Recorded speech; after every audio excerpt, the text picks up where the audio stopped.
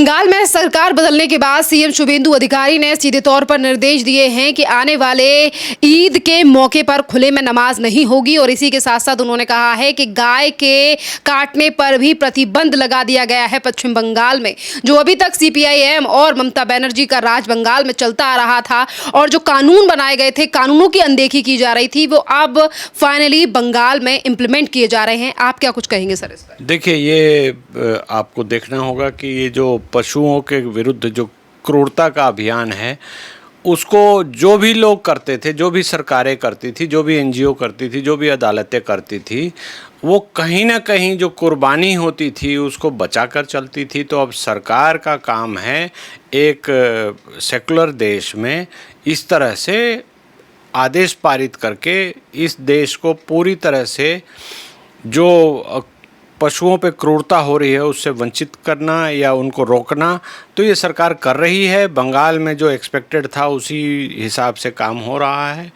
जो पहले कांग्रेस की सरकार, उसके बाद लेफ़्ट की सरकार ने 30-35 साल वहाँ जो सर्वनाश किया था, वो सब कहीं ना कहीं जो भारतीय मूल्य हैं उनको रेस्टोर करने की कोशिश हो रही है। और अगर गाय काटने पे प्रतिबंध वहाँ पर था तो प्रतिबंध रहना चाहिए। और जिनकी भावनाओं को ठेस पहुँचती है उनकी भावनाओं की कदर भी आपको करनी चाहिए। सरकार लोगों द्वारा चुनी गई है, तो अगर चुनी गई है लोगों द्वारा तो लोगों के हिसाब से ही सरकार को चलना होगा और लोगों के जो भावना है उसकी सम्मान भी करना होगा।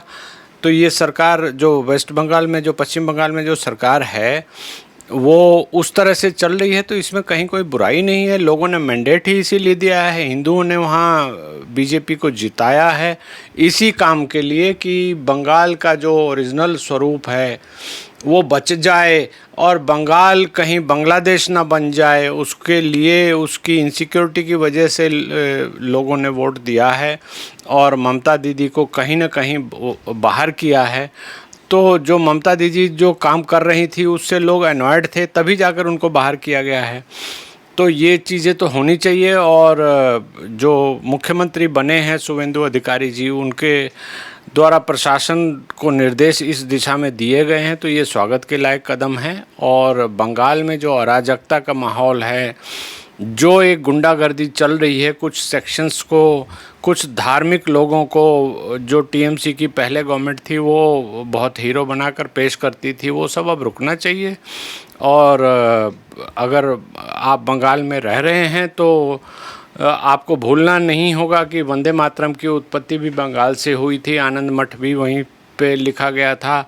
और जो भी चीज़ें हुई थी वो सबको भारतीय संस्कृति का एक बहुत महत्वपूर्ण केंद्र रहा है बंगाल। उसको भूलना नहीं चाहिए, उसको भुलाने की, उसको मिटाने की कोशिश की जा रही थी, जो कि अब जनता की इच्छा से बच गई है। तो जनता को अब उस हिसाब से सरकार भी तो जनता द्वारा चुनी गई है। तो अमृत सरोवर योजना भारत सरकार की एक महत्वाकांक्षी जल संरक्षण योजना है, जिसे 24 अप्रैल 2022 को आजादी का अमृत महोत्सव के तहत शुरू किया गया था।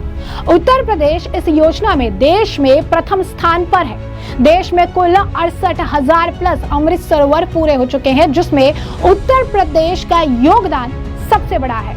उत्तर प्रदेश में मिशन अमृत सरोवर के तहत अब तक 19,870 से अधिक तालाबों का निर्माण और जीर्णोद्धार किया जा चुका है। इन सरोवरों का मुख्य उद्देश्य भूजल स्तर को सुधारना, सिंचाई की सुविधा बढ़ाना और ग्रामीण अर्थव्यवस्था को मजबूत करना है। मूल रूप से राज्य में लगभग 5,550 तालाब बनाने का लक्ष्य था, जिसे पार करते हुए योगी सरकार ने 16,000 से अधिक सरोवरों का रिकॉर्ड काम पूरा कर लिया है और ये संख्या लगातार बढ़ रही है। इन तालाबों का उपयोग मछली पालन, सिंघाड़े की खेती, बत्तख पालन के लिए किया जा रहा है, जिससे ग्रामीणों को रोजगार मिल रहा है। योगी आदित्यनाथ सरकार ने इस योजना को मिशन मोड में लागू किया और उत्तर प्रदेश इसे देश में नंबर 1 राज्य जो है बन चुका है। यूपी का लक्ष्य बहुत बड़ा था, 1.20 लाख अमृत सरोवर जो है प्रत्येक ग्राम पंचायत में औसतन 2 के तहत काम करना था। पहले चरण में हर लोकसभा क्षेत्र में 75 सरोवर बनाने का लक्ष्य रखा गया था। रामपुर जिले के पटवाई गांव में भारत का पहला अमृत सरोवर जो है बनाया गया। योगी सरकार इसे जल संरक्षण और आजीविका संवर्धन का बड़ा मॉडल मानती है। योगी सरकार लगातार मॉनिटरिंग करती है और धीमे जिलों को टारगेट पूरा करने के लिए निर्देश देती है।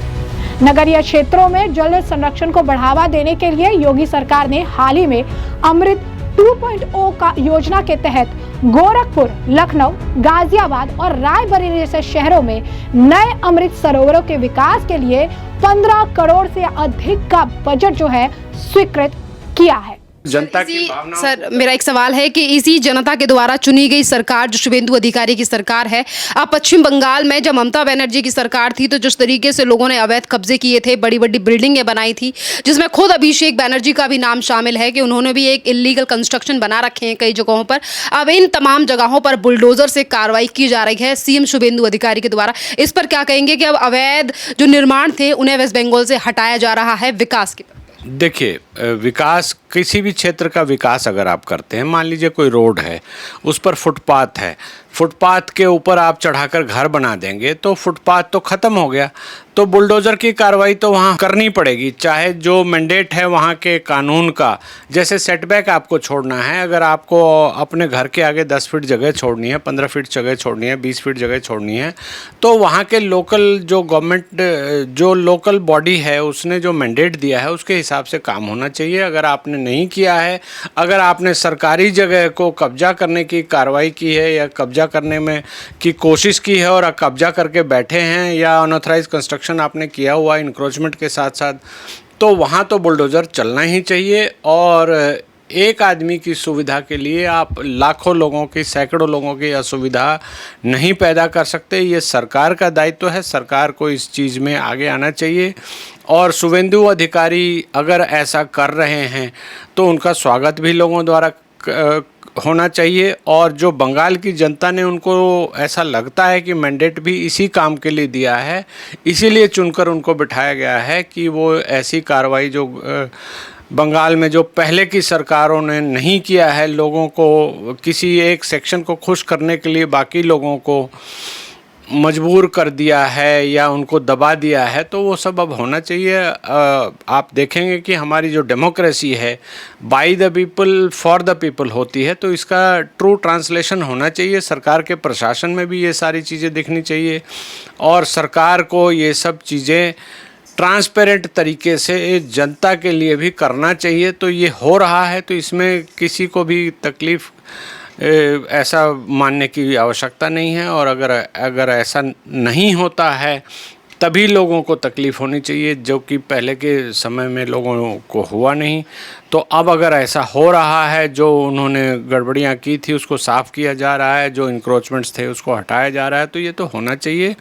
और हमारे देश में कानून का राज्य तभी कायम होगा जब जो कानून की किताब में जो लिखा गया है उसी हिसाब से कार्रवाई हो, सरकारें उसी हिसाब से चले और प्रशासनिक ढांचा उसी हिसाब से कार्रवाई करे, तब जाकर लोगों को हमारे देश के विकास का एक फ़ायदा मिल पाएगा। लोग इस चीज़ को समझते हैं और जानते हैं, तभी जाकर उन्होंने बीजेपी को वोट देकर वहाँ पर सरकार बनाई है। लोगों को पता लग गया है कि अगर हम बंगाल को बचाना चाहते हैं तो इस तरह से हमें वोटिंग करनी होगी, ताकि ये टीएमसी बाहर हो जाए और बीजेपी का यहाँ पर राज आए और जो उनके मुख्यमंत्री हैं वो कार्रवाई करें। तो उस तरह से बंगाल की संस्कृति को बचाने की दिशा में ये उठाया गया एक बहुत अच्छा कदम है और इसका स्वागत भी होना चाहिए। सर, आप कह रहे हैं कि बंगाल की जनता बदलाव चाहती थी, इसीलिए उन्होंने बीजेपी को चुना है, पर चाहे वो विधानसभा का चुनाव हो या फिर एक बार जो उपचुनाव हुए हैं कई विधानसभाओं में पश्चिम बंगाल में, वहाँ भी बीजेपी की बढ़त से जीत हुई है।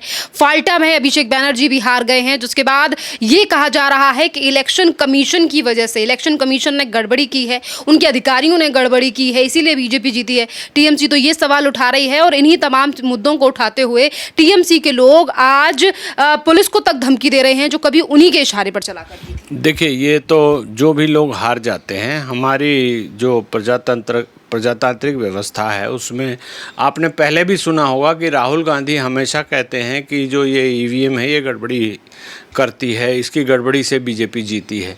लेकिन शायद वो भूल जाते हैं कि ईवीएम लाने वाले भी उन्हीं की सरकार थी। ईवीएम पे वोटिंग करके जब वो जीतते हैं, जहां वो जीत जाते हैं वहां तो वो चुप हो जाते हैं, लेकिन जहां वो हार जाते हैं, जनता ने वोट किया और जनता ने उनको बाहर किया, तो वो ईवीएम की गड़बड़ी या जो चुनाव आयोग की गड़बड़ियाँ, ये जो बेकार की जो कोरी बकवास वाली बातें हैं, कुतर्क वाली बातें हैं, वो करते हैं। तो उसके करने से कहीं कुछ नहीं होता। आप बंगाल जाकर देख लीजिए, लोग वहाँ पर क्या मांग रहे हैं, क्या उनकी डिमांड थी, क्या उनकी मंशा थी, सरकार को उन्होंने किस तरह से चुना है और कैसे कैसे क्या हुआ, वो सब जो बंगाल में लोग रह रहे हैं उनसे अच्छा कौन बता सकता है। तो ये वो उसी का फल है और कहीं कुछ गड़बड़ी मुझे तो नहीं लगती। और ये जब जनता देख लेती है कि ये सरकार हमारे हिसाब से काम नहीं कर रही, हमारे से वोट लेती है, हमसे वोट ठगने के बाद हमारे ऊपर ही कुछ लोगों को थोपती है, तो जनता ने, बंगाल की जनता ने यही किया है। तब जाकर टीएमसी को उखाड़ फेंका है या बदलाव किया है, जो भी किया है।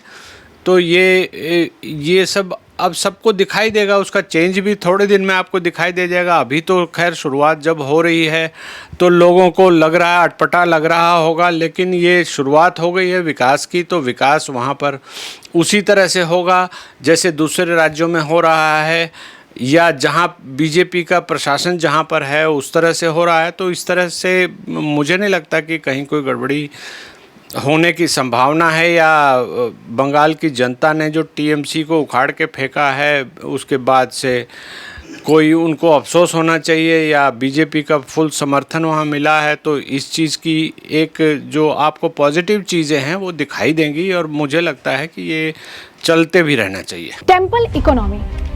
प्राचीन काल में मंदिर आर्थिक केंद्र होते थे। वे भूमि अनुदान लेते थे, फसलें उगाते थे, सिंचाई करवाते थे, बैंक की तरह कर्ज भी देते थे और समुदाय की जरूरत पूरी करते थे। मेसोपोटामिया में भी टेम्पल इकोनॉमी प्रसिद्ध थी, लेकिन भारत में ये और विकसित थी। टेम्पल इकोनॉमी का मतलब है मंदिरों के इर्द गिर्द चलने वाली आर्थिक गतिविधियां। ये सिर्फ पूजा पाठ तक सीमित नहीं, बल्कि रोजगार, व्यापार, पर्यटन, कृषि, कला और स्थानीय विकास से जुड़ी पूरी व्यवस्था है। योगी सरकार के नेतृत्व में उत्तर प्रदेश जैसे राज्यों में टेम्पल इकोनॉमी मॉडल को बढ़ावा दिया जा रहा है। अयोध्या में राम मंदिर के बाद अर्थव्यवस्था में भारी उछाल आया है। IIM लखनऊ की रिपोर्ट में 1 लाख करोड़ से ज्यादा का व्यापार और हजारों MSME इकाइयां शुरू पुनर्जीवित हुई।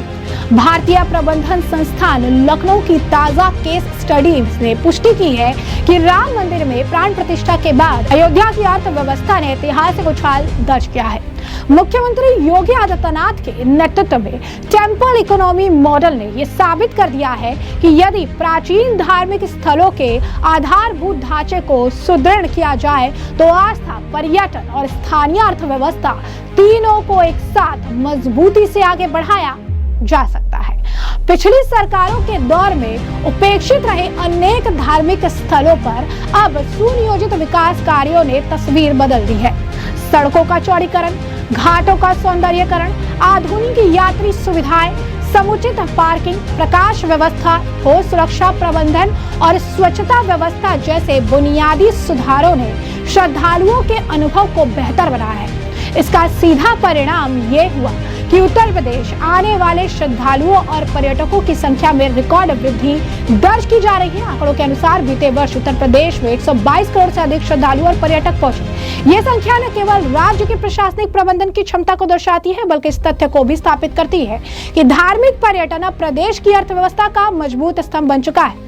ये मॉडल जो है विकेंद्रित विकास यानी डिसेंट्रलाइज ग्रोथ का उदाहरण है, जहां सरकार पर बोझ कम पड़ता है और स्थानीय स्तर पर रोजगार पैदा होता है। बंगाल में बुलडोजर को लेकर ममता बनर्जी ने कहा है कि जिस तरीके से लोगों को फुटपाथ पर लाया जा रहा है ये सही नहीं है। बंगाल बुलडोजर का स्टेट नहीं है, यहाँ के लोगों को बचाइए। और ममता बनर्जी ने ये बयान कलकत्ता हाईकोर्ट में दिया है, क्योंकि बुलडोजर एक्शन के खिलाफ उन्होंने वहाँ याचिका लगाई है। तो बुलडोजर एक्शन से इतना डर क्यों रही हैं ममता बनर्जी? अभिषेक बनर्जी की प्रॉपर्टीज़ को लेकर जो एक्शन हुआ है वो भी हल्का कलकत्ता हाईकोर्ट पहुँच चुके हैं। देखिए, ममता बनर्जी को या अभिषेक बनर्जी को पता था कि उन्होंने क्या किया है।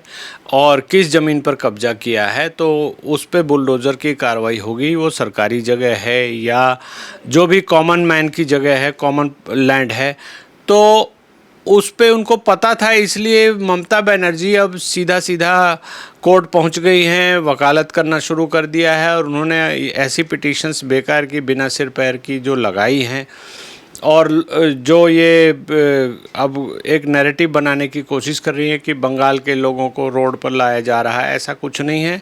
अगर आपने सरकारी जगह कब्जा की थी तो आपको हटना तो पड़ेगा ही, बुलडोज़र की कार्रवाई भी वहाँ होनी चाहिए। किसी को कोई अधिकार नहीं है कि फुटपाथ पर या किसी शहर के किसी कॉमन एरिया पर, पब्लिक लैंड पर कोई भी जगह आप बना लें या कोई धार्मिक जगह बना लें और उसके बाद फिर कहें कि हमारा देश सेकुलर है और हमारे जो धार्मिक स्ट्रक्चर हैं उसको मत छेड़िए।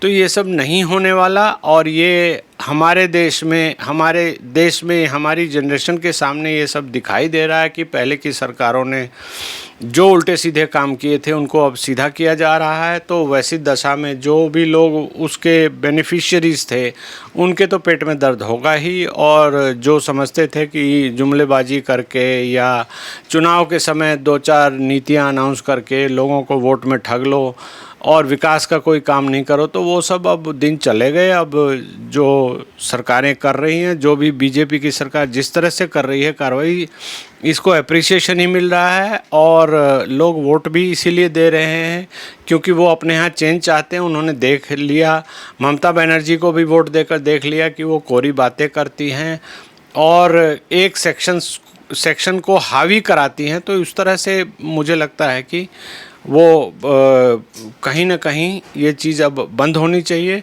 और बंगाल में जो भी हुआ है वो एक चेंज, बहुत अच्छा चेंज दिखाई दे रहा है, और बंगाल में जो ये चल रहा है ये एक पॉजिटिव चीज़ है और ये चलते रहना चाहिए। बहुत बहुत धन्यवाद सर।